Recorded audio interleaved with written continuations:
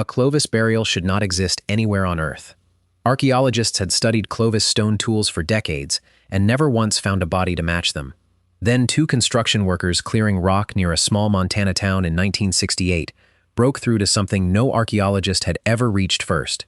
Everything underneath was covered in red. The day two construction workers found something red. In May 1968, two men named Ben Hargis and Calvin Sarver were clearing talus, loose broken rock that piles up at the base of a cliff, from a sandstone outcrop on private ranch land near the small town of Wilsall, Montana. The outcrop sat beside Flathead Creek, a tributary of the Shields River, on property belonging to a family named Anzic. As the men worked, they uncovered a collapsed rock shelter, essentially a small natural overhang or shallow cave cut into the cliff face, and inside it they found bones and stone tools coated in a distinctive reddish powder.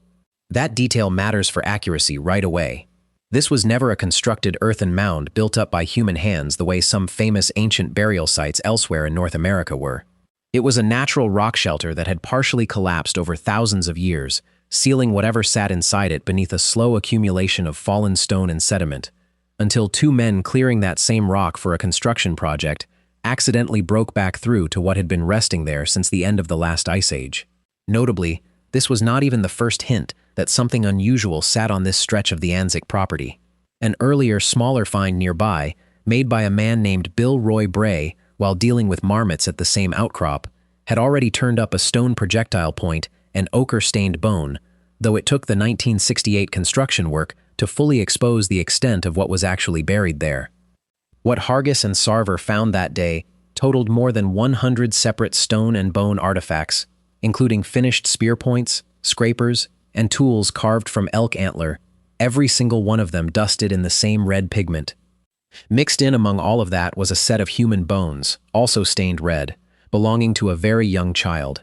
Understanding exactly what they had stumbled onto took considerably more than just picking the objects up out of the dirt, and it fell to a local archaeologist to work out what this discovery actually meant. The archaeologist who realized what it was, Livingston-based archaeologist Larry Larin, became one of the first trained researchers to examine the site directly, and he quickly recognized the distinctive shape of several stone points recovered from the shelter as belonging to a specific, well-known tool-making tradition called the Clovis culture, named after an original discovery site near Clovis, New Mexico, decades earlier. Larin went on to describe the find in detail, later writing in his own book Homeland that the extensive red ochre covering, along with the deliberate breaking of one of the antler tools before burial, suggested a genuine ritual practice, one he connected to older traditions of ochre burial ceremonies documented among Ice Age mammoth hunting cultures elsewhere in the world. Larin went further still, describing what he interpreted as the inclusion of heirloom-style tools placed specifically for what he called an other side camp, his own interpretation of grave goods meant to accompany the child into whatever afterlife his community believed in. That specific comparison remains Larin's own interpretation, rather than a universally settled scientific fact, but the presence of red ochre and broken ceremonial tools alone was enough to mark this as a deliberate, careful burial rather than an accidental scattering of old bones and tools. The stone tools themselves, technically referred to as Clovis points because of their distinctive fluted base, designed to fit onto a wooden or bone shaft, are recognized by archaeologists as one of the oldest and most widespread tool-making traditions in the Americas, dating to roughly 13,000 to 12,700 years ago and found scattered across much of North America. Thousands of these points had already been recovered from sites across the continent by the time Larin examined the Anzic material, which meant archaeologists already knew a great deal about the tools this culture made and used. What they had never once managed to find, anywhere, was an actual human body clearly and directly connected to those same tools. That gap, an entire well-documented ancient culture with no confirmed burial anywhere on the continent, is exactly what made the discovery outside Wilsall so immediately significant, and it is worth understanding exactly why that gap existed in the first place, starting with who the Clovis people actually were and what eventually happened to them. The culture that vanished from the record. The Clovis culture represents one of the earliest widely recognized prehistoric traditions in North America, emerging roughly 13,000 years ago among skilled hunter-gatherers who specialized in taking down large Ice Age animals, including mammoths, mastodons, and giant bison, using their signature fluted spear points. These points have been recovered across an enormous range of the continent, from coast to coast, suggesting either a genuinely rapid human migration or an equally rapid spread of a single, highly effective tool-making idea passed between separate groups already living across the region.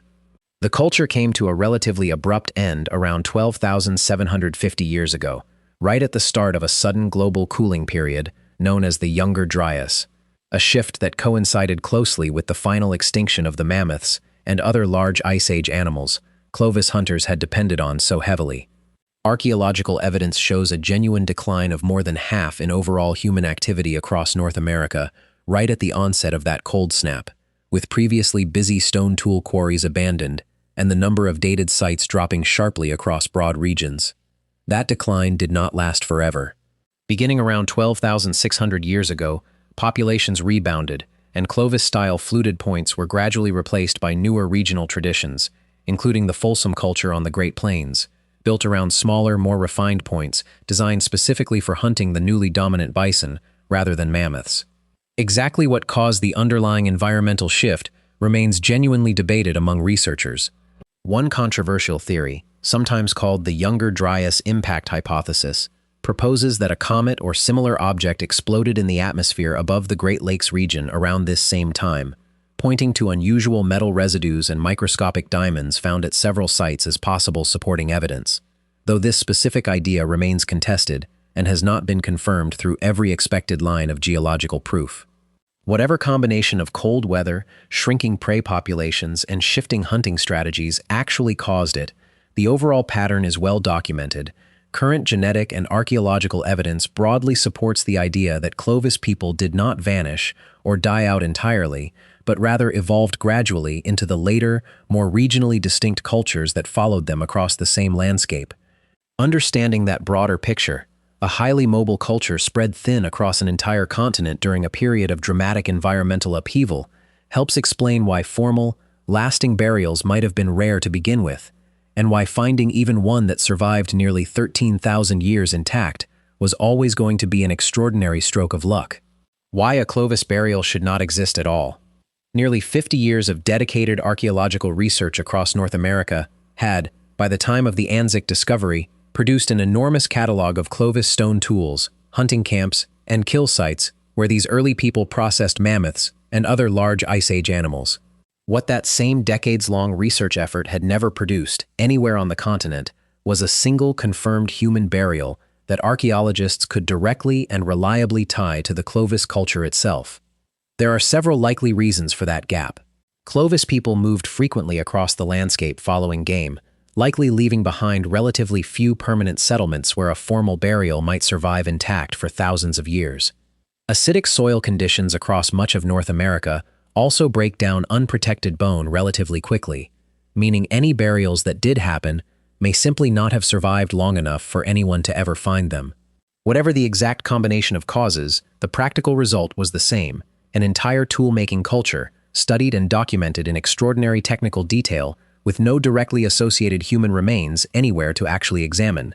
The Anzic site broke that pattern entirely, and it remains, to this day, the only confirmed human burial anywhere in the world directly associated with genuine Clovis culture artifacts. That rarity alone would have made the site remarkable. What made it even stranger was a second, considerably more confusing detail that researchers noticed almost immediately once they looked closely at everything recovered from that same rock shelter. The second skull that didn't match alongside the ochre-stained remains of the young child later named Anzic I, researchers recovered a separate, incomplete skull belonging to a second individual, a child estimated at roughly 6 to 8 years old, found about 6 meters, or 20 feet, away from the first burial. Crucially, this second set of remains, eventually named Anzic II, showed no red ochre staining at all, setting it visually apart from everything surrounding the first child's remains. Early radiocarbon testing only deepened the mystery. Initial dating suggested Anzic II was considerably younger than Anzic I, eventually narrowed down to a difference of roughly 2,000 years between the two individuals, meaning whoever this second child was, they had died and ended up in the same rock shelter long after the original Clovis-era burial had already taken place. That gap raised a genuinely puzzling question about how two children, separated by 2,000 years of history, both ended up inside the exact same small, collapsed rock shelter in the Montana hillside. Researchers have not fully resolved every detail of that puzzle, though the difference in age between the two sets of remains, along with the complete absence of ochre on the second skull, strongly suggests Anzic II represents a separate, much later, and likely unrelated event, rather than a second member of the same original Clovis-era burial. That unresolved side mystery sat quietly next to the main discovery for decades, overshadowed by a far bigger question researchers were not yet equipped to answer: exactly who the original Clovis child actually was, and exactly how he connected to people living today. If you're enjoying this deep dive, hitting subscribe means you won't miss the next one. The daughter who grew up to study her own backyard. At the time of the 1968 discovery, the Anzic family's daughter, Sarah Anzic, was only 2 years old. She grew up on the same ranch where the burial had been found, and the discovery remained a quiet, unusual piece of her own family history throughout her childhood. A rock outcrop along Flathead Creek, where the family kept their horses and made their own ordinary memories, largely separate from its ancient significance. Sarah went on to build a genuine scientific career of her own, eventually becoming a molecular biologist and working for a time on the Human Genome Project at the National Institutes of Health, developing exactly the kind of genetic sequencing expertise that, decades later, would let her personally help unlock the secrets of the burial that had sat on her own family's land her entire life. That personal connection between a private family ranch and a cutting-edge genetics career gave the eventual research project a genuinely unusual angle. Rather than an outside research team simply requesting access to study a historically significant site, one of the key scientists involved in eventually sequencing the child's genome had grown up walking past the exact spot where he had been buried nearly 13,000 years earlier. Sarah Anzic's own path back to the site, and back to the bones themselves, eventually connected with a much larger international team of ancient DNA specialists, setting the stage for a genetic study that would answer questions about early American history that archaeology alone had never been able to fully settle. The genome that rewrote the story of the Americas. In February 2014, a research team led by ancient DNA specialists Eske Willerslev and Morten Rasmussen of the University of Copenhagen, working alongside Michael Waters of Texas A&M University, Sarah Anzic herself, and Shane Doyle, a Montana State University researcher and member of the Crow tribe, published the complete genome sequence of the Anzic I child in the journal Nature. It was the first full genome ever successfully recovered from an individual confirmed to belong to the Clovis culture, and one of the oldest complete human genomes recovered anywhere in the Americas at that time.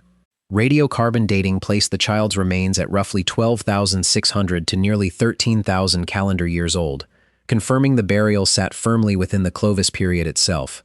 The genetic results were unambiguous on a question that had divided researchers for decades. Anzic I showed direct genetic ancestry connecting him to modern Native American populations across the entire hemisphere, with researchers finding that roughly 80% of Native American populations in North America and more than 90% of populations across Central and South America carry measurable genetic ancestry tracing directly back to the same population this one child belonged to. That result carried enormous weight for a long-running scientific debate known as the Solutrean hypothesis, a theory proposing that Clovis tool-making technology, and possibly the earliest Americans themselves, originated among Ice Age European populations who crossed the Atlantic rather than arriving from Asia. The Anzic genome data showed clearly that this child was far more closely related to other Native American and broader Asian populations than to any European population, providing strong genetic evidence against the Solutrean theory and supporting the more widely accepted model of early migration from Siberia into the Americas. Geneticist Connie Mulligan of the University of Florida, reviewing the findings at the time, called the data very convincing that the Clovis Anzic child belonged to the same population that gave rise to native peoples across North, Central, and South America alike. Michael Waters, one of the study's lead archaeologists, separately described the Anzic skeleton directly as the oldest burial in North America and the only known human burial associated with the Clovis culture, a distinction the site still holds today. That genetic breakthrough answered one enormous question conclusively. It did not, however, fully settle a smaller but still nagging technical dispute that had been quietly simmering since the very earliest radiocarbon results came back on the site decades earlier. The dating fight that took another 4 years to settle. Even after the 2014 genome study confirmed Anzic 1's genetic significance, a separate and more technical question remained only partially resolved. Earlier radiocarbon testing on some of the antler tools recovered from the burial had produced dates that did not perfectly line up with the dates recovered from the child's own bones, creating a genuine discrepancy that left some researchers wondering whether the tools and the body had actually been buried together at the same time at all, or whether some of the antler pieces might have been older heirloom items handed down and buried alongside the child considerably later. In 2018, a research team led by Lorena Becerra Valdivia of the University of Oxford published a new study in the journal PNAS, specifically designed to resolve that lingering discrepancy. The team carefully resampled remaining bone material using a technique called specific amino acid dating, a more refined pre-treatment method capable of removing contaminating carbon that can otherwise skew radiocarbon results on very old samples, taking particular care to avoid any risk of contaminating the small amount of remaining material before it, too, was eventually reburied. The results of that more careful reanalysis confirmed that Anzic 1 and the dated antler tools recovered alongside him were, in fact, contemporaneous, meaning the child and the tools genuinely were buried together as part of a single event roughly 12,700 years ago, exactly as the original 1968 excavation had first suggested. That more rigorous, technically careful follow-up work mattered enormously for the site's overall credibility, closing off one of the last remaining points of genuine scientific uncertainty about exactly what had happened in that Montana rock shelter nearly 13,000 years earlier. Settling the science, however, turned out to be considerably easier than settling a very different, more human set of questions about how the remains themselves should actually be treated going forward.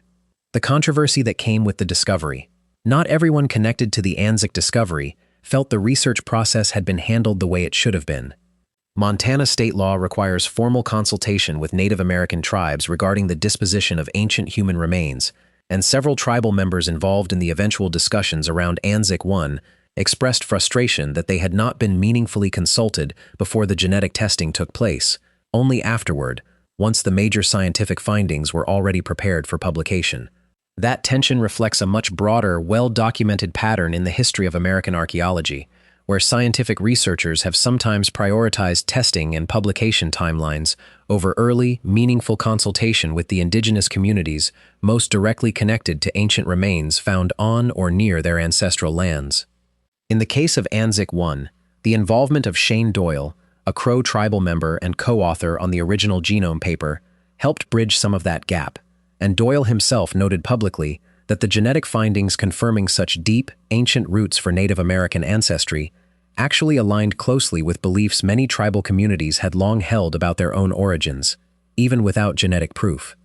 That alignment did not erase the underlying frustration some community members felt about the order in which consultation and testing had actually occurred, a frustration entirely separate from whether the science itself turned out to be welcome or unwelcome in its conclusions. What all parties involved did ultimately agree on, regardless of how the earlier process had unfolded, was that both children recovered from the site deserved a proper, respectful reburial once the essential scientific work had concluded. That shared goal eventually brought representatives from multiple tribal nations together for a ceremony that stood in sharp, deliberate contrast to the legal and scientific disputes that had defined much of the site's more recent history. The ceremony that finally laid him to rest again. On June 28, 2014, following extensive consultation with tribal leaders, the remains of both Anzic 1 and Anzic 2 were formally reburied in the Shields River Valley, as close as possible to their original resting place, in an intertribal ceremony attended by members of 7 different Native American nations.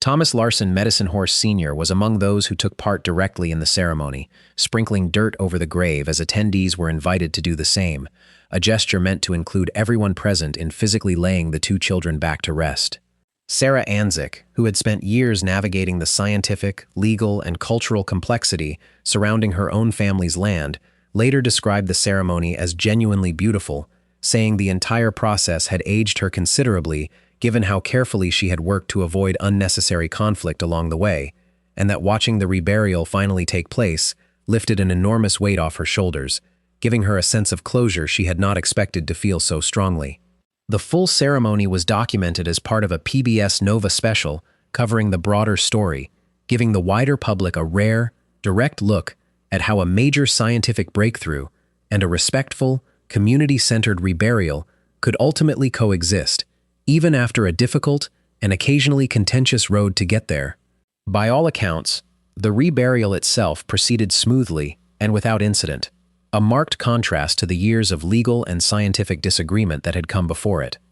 The physical artifacts recovered from the original 1968 discovery, more than 100 stone and antler tools in total, remain preserved today at the Montana Historical Society in Helena, available for continued study and public display, while the two children themselves rest once again in the same valley where they were originally found. What scientists still debate, even with the genome sequenced and the dating dispute resolved, real open questions remain about the Anzic site. Researchers still do not fully know why a second, much later child ended up buried in the exact same small rock shelter roughly 2,000 years after the original Clovis-era burial, since no ochre staining or clear ceremonial connection ties Anzic II to the practices seen in the earlier burial. Larry Laren's specific interpretation, connecting the site's red ochre and broken ceremonial tools to older Eurasian mammoth hunting traditions, also remains his own scholarly argument, rather than a universally accepted conclusion among all archaeologists studying the period. Broader questions about the Clovis culture itself remain active too. Researchers still debate exactly how quickly Clovis toolmaking technology spread across such an enormous area of North America, whether that speed reflects rapid human migration or the fast spread of a shared idea between already separated groups, and why, despite thousands of recovered stone tools, no second confirmed Clovis burial has ever turned up anywhere else on the continent in the decades since Anzic I was found. That persistent rarity means the Anzic site continues to function as a singular, irreplaceable data point rather than one example among many, exactly the same unusual status that made it so significant the moment Hargis and Sarver first broke through that collapsed rock shelter back in 1968. Verdict here is where things actually stand. In May 1968, construction workers Ben Hargis and Calvin Sarver accidentally uncovered a collapsed natural rock shelter near Wilsall, Montana, revealing the red ochre-covered remains of a young Clovis-era child, alongside more than 100 stone and antler tools, the only confirmed human burial ever directly associated with the Clovis culture anywhere in the world, a culture that itself thrived for only a few centuries before giving way to later traditions like Folsom amid the sudden cooling of the Younger Dryas.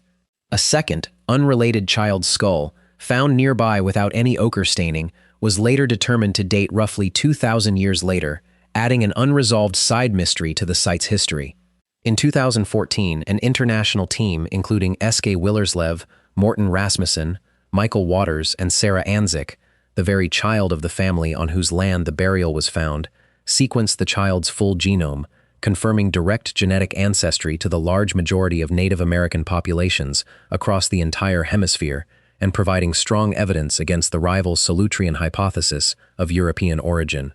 A further 2018 study led by Lorena Becerra Valdivia at Oxford resolved lingering dating discrepancies, confirming the child and his tools were buried together roughly 12,700 years ago. Following consultation with tribal leaders, both children were formally reburied in June 2014 during an intertribal ceremony attended by representatives from 7 Native American nations. None of what came out of that Montana hillside was a myth or an exaggeration. It was a single, genuinely irreplaceable burial, sealed by collapsing stone rather than any human hand, that filled in a gap 50 years of archaeology had never managed to close on its own, and it remains, to this day, the only one of its kind ever found. If you enjoyed this breakdown, make sure to subscribe, and I'll see you in the next one.